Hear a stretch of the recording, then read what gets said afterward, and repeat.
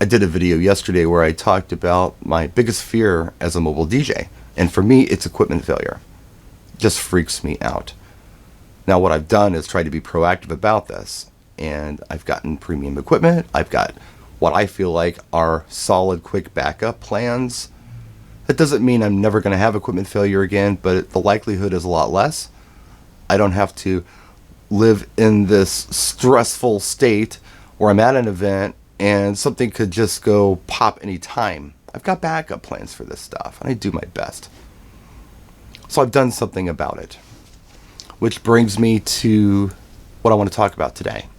Somebody in the comment section said their biggest fear is bankruptcy, losing their business, losing their home, and being homeless. They said a lot of other things. One of the things that they did say is that all of the YouTube DJ vloggers out there fear addressing what's really going on out there with the virus and not working and all these things. So there's a couple things you should probably know about me. First of all, if you know me personally, you know that there's not a whole lot out there that I'm afraid of. I'm kind of a badass in real life. Those of you who know me will back me up in the comment section on this. Those of you who don't know me will be like, yeah, whatever. No, but it's true. I'm not afraid of much. Maybe it's the brain damage, but I'm not afraid of anything. Nothing freaks me out. I have concerns. But, for me to say that equipment failure is a fear of mine was probably a little strong, because it's a concern, but not really a fear, I guess. I will also say that misery loves company. And I know this as a stroke survivor. I feel like I handled all of that pretty good. And when I came out of the other side of this, with some recovery, I got involved with stroke survivors support groups because it seemed like people needed some support. And I would be positive about things, because my idea with this whole thing and the way I live my life is that I don't worry about what I've lost. I worry about what I've kept. And I do something with that. And I've tried to express this in forums, for example. And they get very little attention. But I tell you who does get the attention. The ones who are crying and complaining and moaning and their life is over because they can't wear cute shoes anymore. Or because they can't salsa dance anymore. Or whatever the case might be. Those comments get a lot of attention. Will I ever realize any more recovery? Oh my God, that's hundreds of responses. But if I reach out and try to be encouraging, not many people want to hear that. But misery loves company. So what I've been doing on this channel since this whole pandemic broke out is try to think of ways that we can take stock in what we have and worry less about what we don't. And, if I would have gone into this funk where I would have just been freaking out that the sky was falling, I don't think I would have been able to function. It would have freaked me out. I don't think I would have had the events that I've had. And although the videos would have gotten tons of attention if I would have just cried the sky is falling and doom and gloom this whole thing, that doesn't matter. I'm not in it to get attention. I'm not in this to get as many people on board with, oh my God, as I can. I'm in this to try to help you get through this. All right?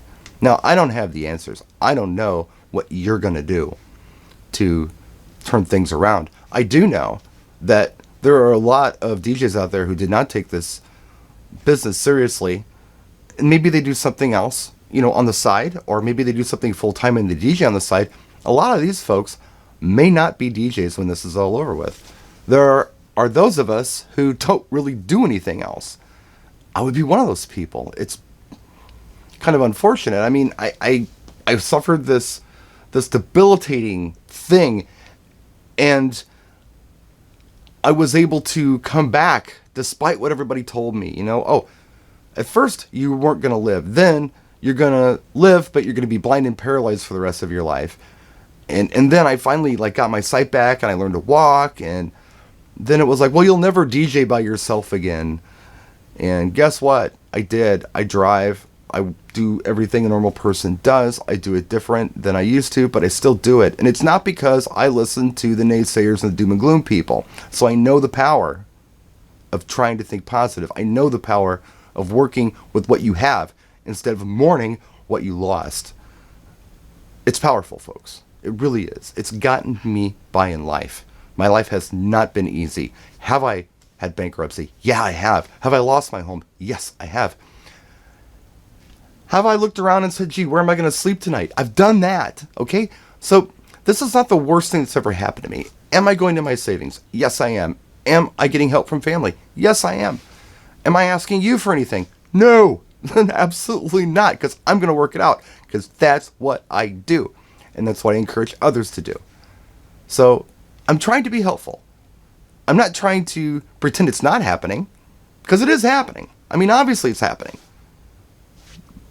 But what benefit would it be of me to turn on the camera just to freak you out more than you're already freaked out? I mean, if you want to be freaked out, there's plenty of things out there that can freak you out. There's a lot of information out there that can freak you out. Whether it's true or not, it's out there. You can do it on your television. You can do it on the internet. You're going to find somebody or a group of people or a school of thought that is there to scare the hell out of you if that's what you want. Now, you want to toughen it up? You want to stop crying about what you lost and take stock into what you've kept and keep moving forward and just know that at the end of it, you're still going to be breathing? Yeah, maybe I'm your channel. You know, it's going to work out well for some and not for others, like I said. I mean, some people aren't going to make it. Some are, of course. But in the meantime, all we can do is what we can do. And I don't have the answers. I don't know how to fix this. I haven't talked to anybody who does. I mean, the only thing I can think of right now that I could do, I don't know that I could actually really do it, but if I became like a mask manufacturer, I could probably do pretty well. That would probably be all right. But I don't want to do that. That's not who I am. So I'm a DJ. That's all I really know how to do, and it's what I'm going to continue to do to the best of my ability and at whatever capacity I can do it at. And I'm going to try to keep people calm and at least think about what they got left, you know, and that's what this channel is all about, especially during the pandemic. And having said that, I've thrown some vlogs up. I've also talked about safety at events, things you could do to keep things safe for the clients and guests with the microphone, wearing a mask, social distancing, things you might want to think about with your playlist or structure of events. That's how I've tried to be helpful, not by freaking people out. And that's what I'm going to continue to do. So that's my vlog today, and that's my response to this gentleman who's having a hard time, and I'm sorry you're having a hard time. And I know you're freaked out, but do me a favor. Look at your life right now. Think about what you've kept and what you can do with it.